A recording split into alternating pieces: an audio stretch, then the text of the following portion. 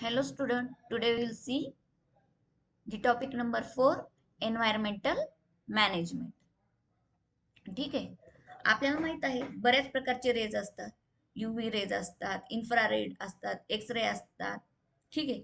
Alpha rays, beta rays, gamma rays. तर हे raise कसे असतात? हार्मफुल असतात. ठीक आहे. बरेच हार्मफुल रेज आहेत आणि त्याच्या खाली जर आपण जास्त रेज एक्सपोज झालो तर त्याचे काय होतात? हार्मफुल साइड इफेक्ट देखील आपल्यावर होतात. मग काय होतात ते? बरेच म्युटेशनल चेंज होतात. व्हेरियस टाइप्स ऑफ कॅन्सर होतात, स्किन कॅन्सर. ठीक आहे. तर आज आपण काय पाहणार आहोत? आज आपण पाहणार आहोत रेडिओ ऍक्टिव्ह पोल्युशन. ठीक आहे. काय आहे बरं radioactive pollution? Radioactive पोल्युशनचे दोन टाइप्स आहेत. एक असतं नॅचरल रेडिओ ऍक्टिव्ह पोल्युशन आणि सेकंड असतं आर्टिफिशियल पोल्युशन. मग नॅचरल रेडिओ ऍक्टिव्ह पोल्युशनचे कोणते प्रकार आहेत? नॅचरल मध्ये काय येतं? मग सन रेज. सन पासून काय होतात? वेगवेगळ्या प्रकारचे रेज येतात. मग कोणते येतात? युव्ही रेज येतात, अल्ट्राव्हायोलेट रेज येतात. ठीक आहे. इन्फ्रा रेडिएशन येतं. ठीक आहे. विजिबल लाईट्स येतात. ठीक आहे. तर हे सगळे हार्मफुल आहेत का? तर नाही. यातले काही रेज काय आहेत? हार्मफुल आहेत. ते कोणते आहेत? इलेक्ट्रोमॅग्नेटिक वेव्स मध्ये येतात. ठीक आहे. मग युव्ही रेज आणि infra rays are come inside the natural natural radiation. ठीक आहे. मग आर्टिफिशियल कोणते आहेत? बऱ्याच वेळेस काय होतं? आपण खेळताना काय होतं? पडल्यावर काय होतं? आपल्याला इंजुरी होते. ठीक आहे. मग हात फ्रॅक्चर होतो, पाय फ्रॅक्चर होतो. मग काय होतं? या बोन मध्ये क्रॅक येतो. तर तो डायग्नोसिस करण्यासाठी डॉक्टर काय करतात? तो एक्झॅक्ट कुठे आहे क्रॅक हे पाहण्यासाठी काय करतात? आपल्याला सांगतात की एक्सरे काढावं लागेल. ठीक आहे. म्हणजे एक्सरे ते कशामध्ये येतात? मग आर्टिफिशियल रेज मध्ये येतात. ठीक आहे. आर्टिफिशियल मध्ये येतात. आणि सेकंड आहे रेडिएशन. बरेच वेगवेगळे ॲटॉमिक एनर्जी प्लांट्स असतात. ठीक आहे. तर बऱ्याच वेळेस काय होतं? त्या ॲटॉमिक एनर्जी प्लांट्स कोणते? जिथे की आपण ॲटॉमिक रिसर्च वगैरे करत असतो. तर त्या प्लांट मध्ये काय होतं? बऱ्याच वेळेस काय होतं? लिकेज होतं आणि लिकेज होऊन मग ते काय होतं? त्यातनं काही रेडिएशन बाहेर येतात. मग ते कोणते असतात? मग ते अल्फा, बीटा, गॅमा हे रेडिएशन तर तुम्ही ऐकले असेल. ते देखील कसे आहेत? हार्मफुल आहेत. ठीक आहे. मग ते कशामध्ये येतात? आर्टिफिशियल रेडिएशन मध्ये येतात. Chernobyl's wind scale and 3 miles Iceland mishaps are the major mishaps of the world till present.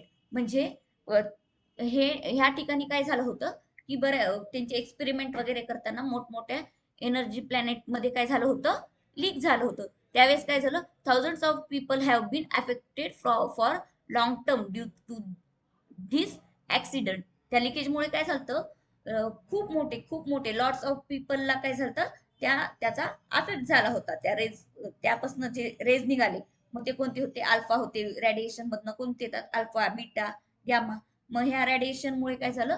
त्यांच्यावर म्युटेशन झालं आणि म्युटेशन झाल्यामुळे काय झालं? त्या लोकांमध्ये वेगवेगळे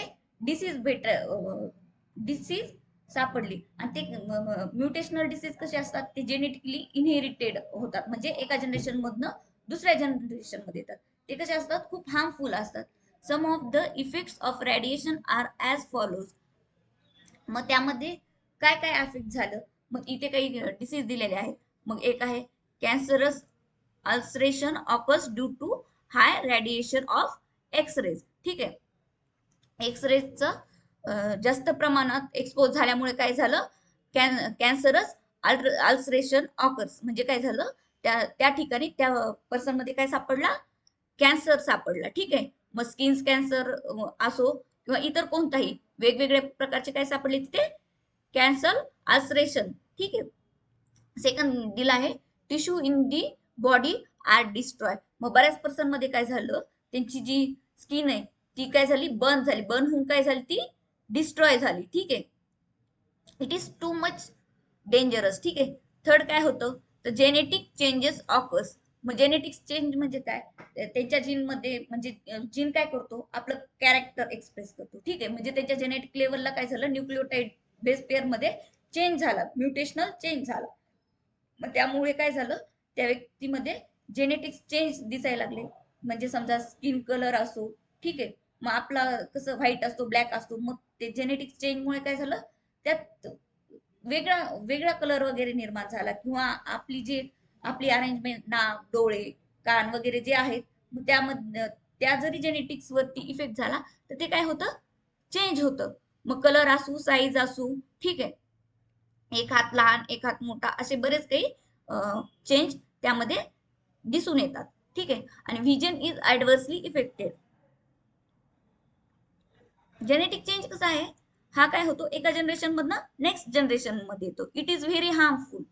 ठीक आहे. म्हणजे नॉर्मल पर्सन जो टाइपिकली दिसतो, तर ते काय होतं, त्यामध्ये चेंज होतो. आणि फोर्थ आहे व्हिजन इज ऍडव्हर्सली इफेक्टेड. म्हणजे डोळ्याला देखील त्याचा इफेक्ट डोळ्यावरती सध्या त्या रेसचा काय झाला, इफेक्ट झाला. ठीक आहे. मग काय असतं, मग कॅटरॅक्ट म्हणा.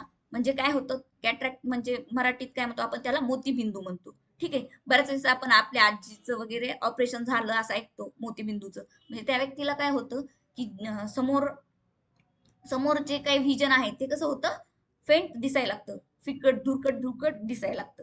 ठीक आहे. नेक्स्ट पॉइंट आपण पाहणार आहोत, नीड ऑफ एन्व्हायरमेंटल कन्झर्वेशन. आपल्याला माहित आहे आपण बरेच एन्व्हायरमेंटल प्रॉब्लेम्सला फेस करत आहोत. मग ते कसे असो, नॅचरल असो किंवा आर्टिफिशियल असो, डिफॉरेस्टेशन असो, फॉरेस्ट बर्निंग असो. ठीक आहे. ह्या वेगवेगळ्या गोष्टीमुळे आपण काय करतो, एन्व्हायरमेंटच्या प्रॉब्लेमला फेस करत आहोत. मग ग्लोबल वॉर्मिंग असो, क्लायमॅटिक चेंज असो, ठीक आहे, ऍसिड रेन असो, हे आपण पाहिलेलं आहे आधी. तर general people is not aware about the rules of environmental conservation. ठीक आहे. बऱ्याच लोकांना आज पण माहित नाहीये की एन्व्हायरमेंटल कन्झर्वेशनचे एन्व्हायरमेंट कन्झर्वेशन करण्यासाठी काय करावं, they are not aware about that. ठीक आहे. There should be a large scale participation of the people in environmental conservation. It will be possible to aware the environmental problem of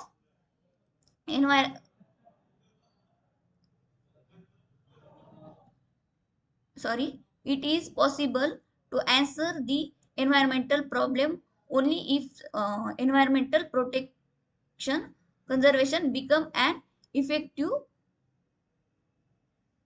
public movement. म्हणजे खूप ह्यामध्ये काय करावं लागेल, खूप सगळ्या लोकांना पार्टिसिपेट करावं लागेल कन्झर्वेशन करण्यासाठी स्वतःहून. की खूप मोठ्या लोकांनी जर एखादी मुवमेंट केली की एन्व्हायरमेंटचं कन्झर्वेशन करायचंय, तरच आपण काय करू शकतो, एन्व्हायरमेंटला आपण कन्झर्व करू शकतो. मग काय काय करू शकतो, त्यामध्ये आपण ठरवू शकतो की आपण प्लांटेशन करू शकतो. ठीक आहे. वॉटर व्यवस्थित यूज करू शकतो. ठीक आहे. प्रत्येक व्यक्तीने जर ठरवलं की आपण झाडे वगैरे लावायचे, तर काय होईल, सॉइल इरोजन थांबेल. ठीक आहे. एअर पोल्युशन थांबेल. व्हेकल जेव्हा पाहिजे तेव्हा जर यूज केली तर काय होईल, एन्व्हायरमेंटचं, तसंच वेगवेगळे इंधन असो, ते जर व्यवस्थित आपण यूज केले तर काय होईल, एन्व्हायरमेंटचं कन्झर्वेशन करण्यासाठी आपल्याला मदत होईल. मग त्यासाठी काय पाहिजे, the values like positive attitude पाहिजे ते काम करण्यासाठी. ठीक आहे. Affection towards the environment affection पाहिजे टुवर्ड्स दी एन्व्हायरमेंट. ठीक आहे. तसंच काय पाहिजे, नॉलेज अबाउट इट. म्हणजे काय पाहिजे, जर एन्व्हायरमेंटचं कन्झर्वेशन करायचं असेल तर त्यासाठी काय पाहिजे, आपल्याला त्याबद्दल काही नॉलेज पाहिजे. मग कसं, बायोडायव्हर्सिटी पाहतो आपण, मग त्यामध्ये काय असतं, काय इंडेंजर स्पेसीज असतात, मग ते आपल्याला माहित पाहिजे की कोणत्या स्पेसीज आता नष्ट होत आहेत. ठीक आहे. मग त्यांचं आपण काय केलं पाहिजे, कन्झर्वेशन केलं पाहिजे. त्यासाठी आपल्याला काय पाहिजे, त्या गोष्टीचं नॉलेज पाहिजे, बायोडायव्हर्सिटीचं आपल्याला नॉलेज पाहिजे. ठीक आहे. It should be inculcated among the children since their childhood. ह्या जर गोष्टी आपण लहान मुलांना जर लहानपणापासूनच जर शिकवल्या, तर this will help to make the future generation more aware about environmental conservation and protection.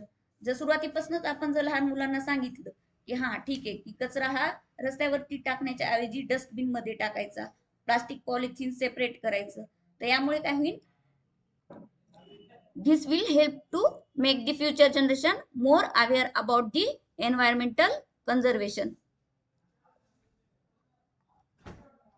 ठीक आहे. मग त्यामुळे काय होईल, आपल्यानंतरची जी जनरेशन आहे त्यांच्यात सध्या ह्या गोष्टी लहानपणापासूनच येतील. मग ते काय करतील, एन्व्हायरमेंटचं कन्झर्वेशन करतील. मग त्यामध्ये काय करतील, आपण जर सांगितलं की प्रत्येकाने एक एक ट्री लावणं, मग त्यामुळे काय होतं, त्याची जर यूज आपण जर सांगितले लहानपणापासूनच मुलांना, तर ते काय करतील, त्यावरती वर्कआउट करतील, प्लांट लावतील. त्यामुळे सॉइल इरोजन व्यवस्थित होईल, ऑक्सिजन भेटेल. ठीक आहे. मग तेच काय होईल, नेक्स्ट जनरेशन मध्ये देखील फॉरवर्ड होईल आणि त्याचा उपयोग पण काय होईल, नेक्स्ट आपण जर केलं तर त्याचा उपयोग काय होईल, आपल्या फ्युचर जनरेशनला देखील होईल. ठीक आहे.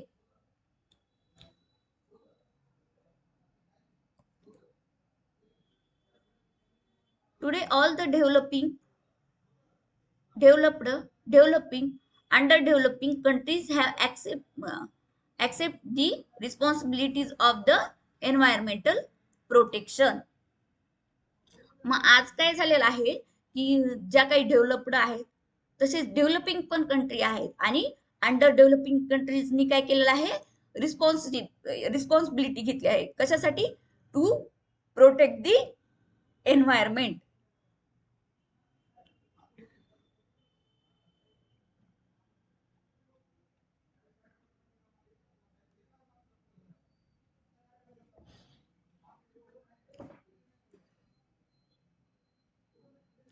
Next is environmental conservation our social responsibilities. ठीक आहे. Since existence of human, there is interrelationship between human and environment. ठीक आहे.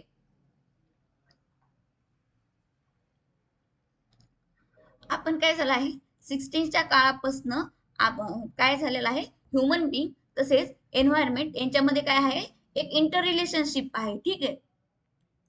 ठीक आहे. तर human stepped on the earth long after formation of earth. मग काय झालं आहे, जेव्हा अर्थ निर्माण झाले आहे त्यानंतर खूप काळानंतर काय झाले आहे, ह्युमन बिंग अर्थवरती आलेले आहेत. मग ह्युमन बिंग अर्थवरती आल्यानंतर त्यांनी काय केलं की त्यांनी हे प्रूव्ह करून दाखवलं की सगळ्या ॲनिमल्स पेक्षा ह्युमन बिंग हे कसे सुपेरियर आहेत. ठीक आहे. As compared to other animal. मग ते कशाच्या बेसिसवरती त्यांनी दाखवलेलं आहे, with the help of characters like intelligence, memory, imaginary ability, ETC. ठीक आहे. मग ह्युमन बिंगने प्रूव्ह करून दाखवलं आहे की ह्युमन बिंगकडे काय आहे, इंटेलिजन्स आहे, मेमरी आहे, इमॅजिनरी पॉवर आहे आणि अशा बऱ्याच काही गोष्टी आहेत. त्यांनी काय केलं आहे, त्यांची सुपेरिटी प्रूव्ह करून दाखवलेली आहे. ठीक आहे. आणि प्रूव्ह केली आहे. बट ह्युमन काय करतात, human establish dominant over the nature. पण ते काय करतात, नेचरवरती डॉमिनन्सी दाखवतात आणि त्याचा काय करतात, ते गैरवापर करतात. म्हणजे एखादा नॅचरल सोर्स जर असेल, मग ह्युमन काय करतात, त्यांचे इंटेलिजन्सी, मेमरी, इमॅजिनरी ॲबिलिटीचा काय करतात, गैरवापर करतात. कशासाठी, to dominate over the nature. Human utilization all the natural resource as much as possible. ठीक आहे.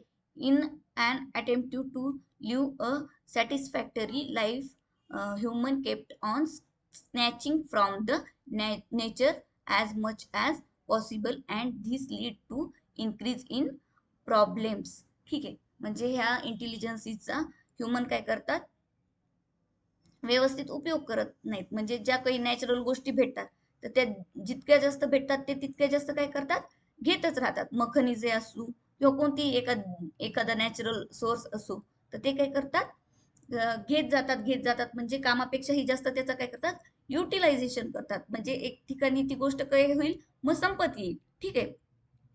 ते काय करतात, स्नॅचिंग करत राहतात, स्नॅचिंग फ्रॉम द नेचर. मग काय असू, मग वूड असो, बर्निंगसाठी वूड घेतात, त्यासाठी काय करतात, मग डिफॉरेस्टेशन करतात. आणि हे काय होतं, जास्त प्रमाणात झालं तर मग काय होतं, मग ऑक्सिजन वगैरे आपल्याला काय होतं, कमी भेटतो, सॉइल इरोजन होत राहते. ठीक आहे. From this entire scenario, we can understand that the human has crucial role in maintaining the environmental balance. ठीक है. If human has disturbed the environmental balance, then human itself only can conserve and improve the quality of nature. म्हणजे जर human जर deforestation करत असेल, human जर forest fire करत असेल, मग त्यामुळे काय होतं,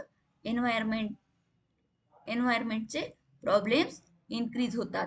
मग अननेसेसरी जर गाड्यांचा वगैरे यूज करत असतील, इंडस्ट्रीज मधनं जो धूर येतो किंवा वेस्ट वॉटर येतं ते जर डायरेक्ट रिव्हर मध्ये सोडत असतील, तर काय होतं, एन्व्हायरमेंट मध्ये काय होतात, बरेच प्रॉब्लेम्स क्रिएट होतात. मग ते स्टॉप करण्यासाठी जर ह्या गोष्टी सगळ्या ह्युमन बिंग करत असतात, तर हे त्यांचं देखील कर्तव्य आहे आणि हे ते देखील करू शकतात.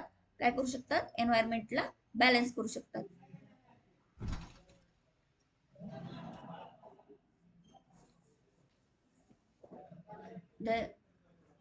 If human has disturbed the environmental balance, then human itself only can conserve and improve the quality of nature. म्हणजे तेच याची क्वालिटी देखील इम्प्रूव्ह करू शकतात आणि एन्व्हायरमेंटचं कन्झर्वेशन देखील करू शकतात. Many times general peoples is unknown that its activities are harmful to environment and thereby unknowing many activities happen. बऱ्याच वेळेस व्यक्तींना माहित नसतं की हे केल्यावर त्याचे हार्मफुल देखील इफेक्ट असतात. त्यामुळे ते व्यक्ती काय करत जातात, त्या गोष्टी करतात. ठीक आहे. का तर त्यांना माहित नसतं की ह्याचा हार्मफुल इफेक्ट एन्व्हायरमेंट वरती होतो. तर हे सर्व आपण जर करत असतो, तर आपणच या गोष्टी अवेअरनेस बाळगून स्टॉप करू शकतो आणि करायला पाहिजे.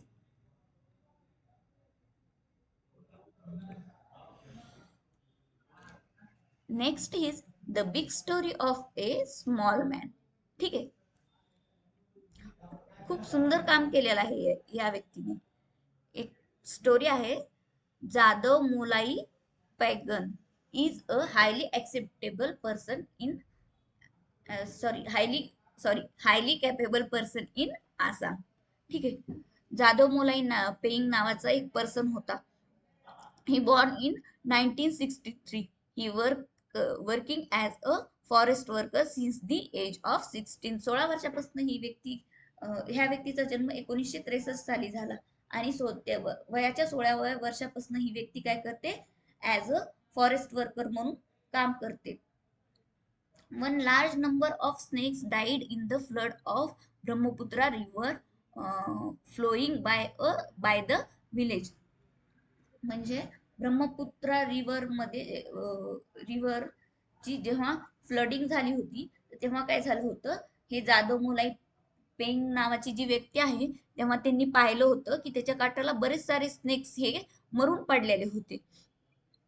तर त्यावेळेस त्यांना अरे वाईट वाटलं की इतके सगळे स्नेक्स ह्या फ्लडिंगमुळे मरून पडले आहेत. मग त्यांनी काय केलं, as a prevention measure Molai planted 20 bamboo plants. त्यांनी काय केलं, त्या नदीच्या ब्रह्मपुत्रा रिव्हरच्या काठी काय केले, त्यांनी 20 बांबूचे प्लांट लावले. का, कारण की ते बांबूचे प्लांट काय करतील, सॉइलला होल्ड करून ठेवतील. तसंच जेव्हा ते पाणी येईल तर त्याची इंटेन्सिटी देखील काय होईल, कमी होईल. ठीक आहे. त्यामुळे त्यांनी काय केलं, 20 बांबूचे प्लांट्स काय केले, ते रिव्हरच्या सभोवताली लावले होते. In 1979 the local society forestry department began a social afforestation project on 200 hectares of a land.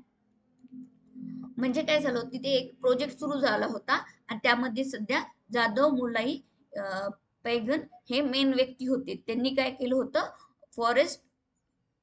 Forestation मध्ये पार्टिसिपेट केलेलं होतं. तर त्यांनी काय केलं होतं, 200 एकर जमीन म्हणजेच किती बरं, समथिंग 400-500 हेक्टर होतं, एकर होतं. 200 हेक्टर्स म्हटल्यावर. ठीक आहे. तर जवळजवळ तेवढ्या जमिनीमध्ये त्या मोहीममध्ये काय केलं, सर्व लोकांनी मिळून काय केले, प्लांट्स लावले, फॉरेस्टेशन केलं. ठीक आहे.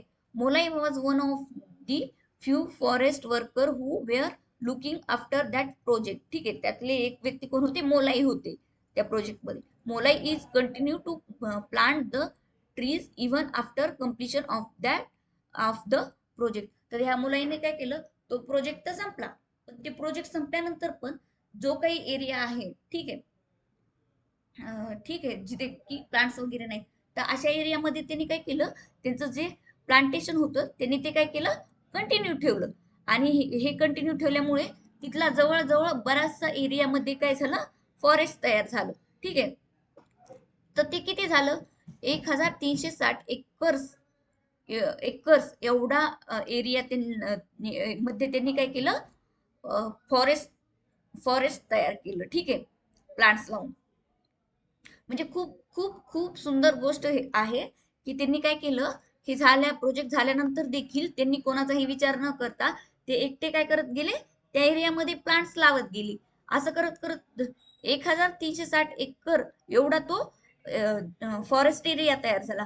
टुडे दिस जंगल इन कोकिला मुख of Jorhat district of Assam is the result of the hard work for 30 years. म्हणजे कंप्लीट 3 वर्ष त्यांनी काय केले, तिथे प्लांटेशन केलेलं आहे. ठीक आहे. आणि इतकं सुंदर काम केल्यामुळे त्यांना काय झालेलं आहे, Padma Shri award by the government of India for this unparalleled work. त्यांना काय केलेलं आहे, पद्मश्री, कोणता अवॉर्ड दिलेला आहे, Padma Shri award by government for this parallel work. खरंच खूप सुंदर काम केलेलं आहे. नाव it is well known as Molai jungle. तर त्या जंगलला आज आज काय नाव दिलेलं आहे, त्या जाधव मोलाईचं नाव दिलेलं आहे. आणि आज मोलाई जंगल या नावाने ते जंगल ओळखलं जातं. Many people come together to destroy the forest, but a single person if determine can establish a new forest. म्हणजे सहसा काय करतात, पर्सन काय करतात, फॉरेस्टचं डिफॉरेस्टेशनच करायला येतात. पण हा मोलाई व्यक्ती हा असा होता की त्यांनी काय केलं, एकट्याने काय केलं, पूर्ण त्या एरियामध्ये प्लांटेशन केलं, कुठलाही विचार न करता, काही न विचार करता. कंप्लीट 30 वर्ष सलग त्यांनी काय केलं, त्या एरियामध्ये प्लांट्स लावले. Very nice work done. Next आहे एन्व्हायरमेंटल कन्झर्वेशन अँड बायोडायव्हर्सिटी. ठीक आहे.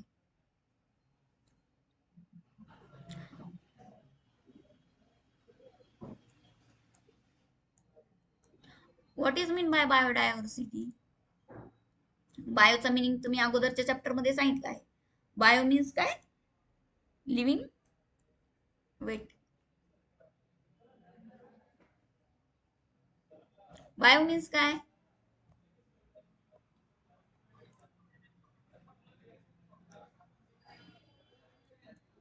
Bio means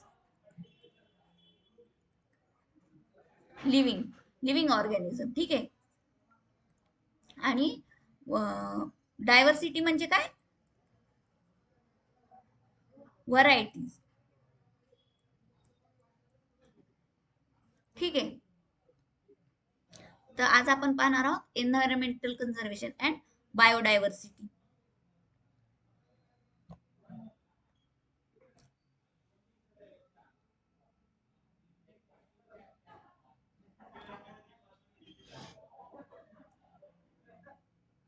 our living world had been richly diverse. म्हणजे आपल्या जगामध्ये काय आहे, वेगवेगळ्या व्हरायटीज आहेत. ठीक आहे. खूप सगळी डायव्हर्सिटी आहे. मग ती ॲनिमल्स मध्ये असो, मग ती प्लांट्स मध्ये असो. ठीक आहे. मग ती मायक्रो ऑर्गॅनिझम मध्ये असो. मग ॲनिमल्स मध्ये काय आहे, ह्युमन बिंग आहे. ठीक आहे. वेगवेगळे ॲनिमल्स आहेत, मग त्यांच्यामध्ये काय आहे, वेगवेगळ्या व्हरायटीज आहेत. मग कोणते ॲनिमल, मग डॉग असो, एलिफंट असो, लायन असो. ठीक आहे. एक्सेट्रा. आणि प्लांट्स जरी पाहिले तरी प्लांट्स मध्ये पण खूप आहे. मग मँगो ट्री असो, बनाना ट्री प्लांट असो, ठीक आहे, पीपल प्लांट असो, मग या प्रत्येकामध्ये काय आहे, काही ना काही व्हॅरिएशन आहे, वेगवेगळे आहेत हे प्लांट, एका प्लांटपासून वेगवेगळे आहेत. त्यामुळे काय होते, डायव्हर्सिटी काय होते, इन्क्रीज होते. ठीक आहे, our living world had been richly diverse, म्हणजे आपल्या वर्ल्ड मध्ये खूप सगळी डायव्हर्सिटी आहे. मग मायक्रो ऑर्गॅनिझम मध्ये असो, बॅक्टेरिया आहे, व्हायरस आहे, ठीक आहे, अल्गी आहेत वेगवेगळ्या प्रकारचे, सगळे प्रोकॅरियोटिक थिंग्स ह्या कशामध्ये येतात,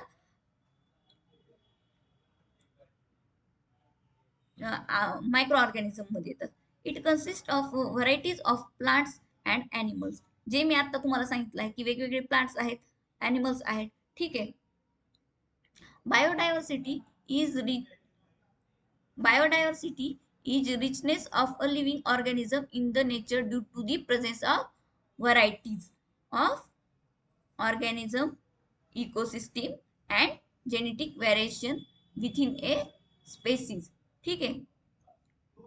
Biodiversity is the richness of living organism in the nature due to the presence of varieties of organisms, ecosystem and genetic variation, म्हणजे वेगवेगळ्या ऑर्गॅनिझम मुळे बायोडायव्हर्सिटी आहे, वेगवेगळ्या इकोसिस्टीम मुळे बायोडायव्हर्सिटी आहे, तसेच जेनेटिक व्हेरिएशन मुळे देखील स्पेसिस मधल्या जेनेटिक व्हेरिएशन मुळे देखील काय आहे,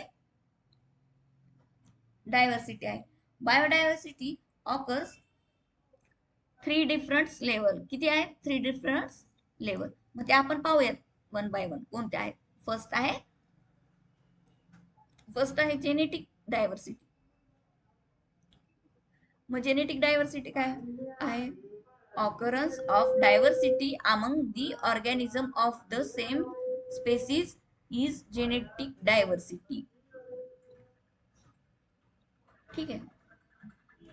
Occurrence of diversity among the organism of a same species म्हणते ते, काय म्हणते, same species is a genetic diversity. म्हणजे एखादी जर पर्टिक्युलर स्पेसिस दिली, ते एक्झाम्पल दिलेलं आहे ह्युमन बिंग. ठीक आहे. तर प्रत्येक ह्युमन बिंग हा कसा आहे, वेगळा आहे. ठीक आहे. प्रत्येक ह्युमन बिंग दिसायला वेगळा आहे. ठीक आहे. म्हणजे इथं खूप सगळ्या कंट्रीज आहेत, प्रत्येक कंट्रीज मधले पीपल वेगळे दिसतात, अमेरिकेतले वेगळे दिसतात, इंडियातले वेगळे दिसतात. ठीक आहे. तसंच आपण जर पाहिलं तर आपल्या घरातले देखील बहीण भाऊ हे देखील कसे दिसतात, वेगवेगळे दिसतात. ते का वेगळे दिसतात, तर ते कशामुळे आहे, तर ते जेनेटिक डायव्हर्सिटीमुळे आहे. प्रत्येकातला जीन हा वेगवेगळा असतो, त्यामुळे प्रत्येकातलं जे एक्सप्रेस होणारं कॅरेक्टर हे कसं आहे, वेगळं आहे. कोणाची साईज लहान, कोणाची मोठी. ठीक आहे. हाईट लहान मोठी, हेल्थ पण लहान मोठी, असे वेगवेगळ्या डायव्हर्सिटीज आहेत. मग डोळे वेगळे असतात, आपण म्हणतो पहा घरी की ह्याचे डोळे वेगळे, त्याचे डोळे वेगळे. ठीक आहे. म्हणजे एकसारखे डोळे देखील नसतात. ते कशामुळे असतात, ते जेनेटिक डायव्हर्सिटी मुळे असतं. म्हणजे कंट्रीज जरी घेतले की वेगवेगळ्या ठिकाणच्या कंट्रीज मधले लोक देखील हे कसे दिसतात, दिसायला वेगवेगळे असतात.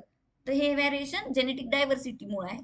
बट काय म्हणतात, possibility of wiping out the species arise if there is decrease in diversity within the spaces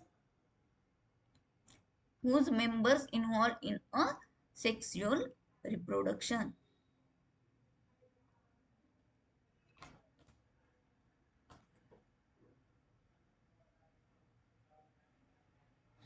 मग एकाच जर स्पेसिस मध्ये जर आपण कोणतीही एखादी स्पेसिस घेतली, मग ती ॲनिमल्सची असो, ठीक आहे, किंवा प्लांट्सची, जर त्यातच जर आपण म्हणजे डायव्हर्सी त्याच जर समजा क्रॉसिंग केलं, ठीक आहे, हायब्रिडायझेशन वगैरे केलं, तर काय होतं, एकच सिमिलर कॅरेक्टरचं जर सारखं सारखं केलं आणि एकच कॅरेक्टर जर तयार होत असेल, तर ते काय होतं, ती स्पेसिस काय होते, डिजनरेट होऊ शकते.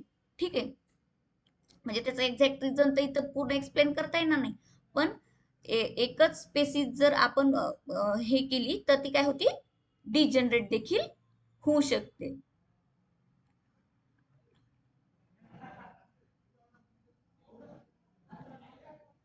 नेक्स्ट आहे स्पेसिस डायव्हर्सिटी. ठीक आहे. Innumerable species of organisms occur in the nature. This is called as species diversity. Species diversity includes various types of plants, animals and microbes. ठीक आहे. मग स्पेसिस डायव्हर्सिटी काय आहे? जर एखाद्या स्पेसिस मध्ये जर व्हॅरिएशन असेल तर त्याला काय म्हणतो आपण? Species diversity. जसं की मी सांगितलं तुम्हाला. आता जर मँगो ट्री घेतलं तर मँगो मध्ये काय असतात? वेगवेगळे प्रकारचे मँगो असतात. मग त्यात आपण वेगवेगळ्या व्हरायटीज असतात. ठीक आहे. मग काहींची साईज लहान असते, काहींची मोठी असते. ठीक आहे. त्या व्हरायटीज नुसार आपण वेगवेगळे मँगोंना नाव देतो बघा. ठीक आहे. की ह्या व्हरायटीजचा मँगो मला आवडतो, त्या व्हरायटीचा. ते त्याच्या वेगवेगळ्या आहेत. तर ते काय आहे? स्पेसिस डायव्हर्सिटी आहे. म्हणजे मँगोचं प्लांट घेतलं तरी त्याच्यामध्ये काय आहेत? खूप सगळ्या व्हरायटीज आहेत. ठीक आहे. मग ॲनिमल्स घेतलं.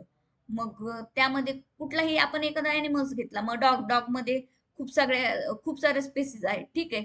पमेरियन एक्सेट्रा एक्सेट्रा पमेरियन असो. मग त्यामध्ये आपण पाहतो कुठे हच वगैरे वेगवेगळ्या काय आहेत? व्हरायटीज आहेत डॉग्स मध्ये देखील. आणि मायक्रोब्स तसंच मायक्रोब्स मध्ये देखील काय आहे? मायक्रोब्स मध्ये देखील वेगवेगळ्या प्रकारच्या व्हरायटीज असतात. ठीक आहे. कुठलाही व्हायरस घेतला तर त्यातले एक दोन तीन प्रकार हे कसे असतात? वेगवेगळ्या टाइप्सचे असतात. ठीक आहे. तर एका स्पेसिस मध्ये जे वेगवेगळे प्रकार आहेत त्यालाच आपण काय म्हणतो? Species diversity.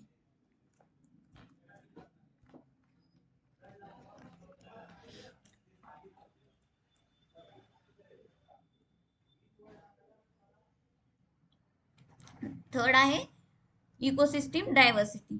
Many ecosystems are present in each regions. ठीक आहे. आपण शिकलो आहोत इको काय म्हणतो? Ecosystem. Each ecosystem is formed through the interaction between plants, animals, their habits, and change in the environment. ठीक है. Each ecosystem has its own character, animals, plants, microbes, and abiotic factors. Ecosystem are also of two types are natural and artificial. ठीक आहे. Ecosystem म्हणजे काय? आपण सुरुवातीलाच टॉपिकच्या पाहिला आहे. Ecosystem it is the interaction between biotic and abiotic things. ठीक आहे. मग त्यामध्ये काय होतं? मी जसं सांगितलं की जेव्हा ह्युमन बिंग काय करतो? श्वसन करतो तेव्हा काय करतो? ऑक्सिजन आतमध्ये घेतो आणि कार्बन डायऑक्साईड रिलीज करतो. ठीक आहे. तसंच ॲनिमल्स मध्ये देखील. मग त्यामध्ये काय आहे? Many ecosystem are present in each region. म्हणजे प्रत्येक जर वेगवेगळ्या ठिकाणचा रिजन जर घेतला म्हणजे राजस्थान मधले ॲनिमल्स आणि तिथल्या बायोटिक आणि अबायोटिक मधलं इंटरॅक्शन घेतलं. ठीक आहे. मग पोलार रिजन मधलं घेतलं किंवा बर्फाळ प्रदेशातल्या जर ॲनिमल्सचं आणि तिथल्या अबायोटिक एन्व्हायरमेंट सोबतचं जे इंटरॅक्शन आहे ते देखील वेगळं आहे. त्यामुळे काय होतं? इकोसिस्टम डायव्हर्सिटी काय त्यालाच आपण काय म्हणतो? वेगवेगळ्या ठिकाणच्या डायव्हर्सिटीला काय म्हणतो आपण? इकोसिस्टम डायव्हर्सिटी म्हणतो. ठीक आहे.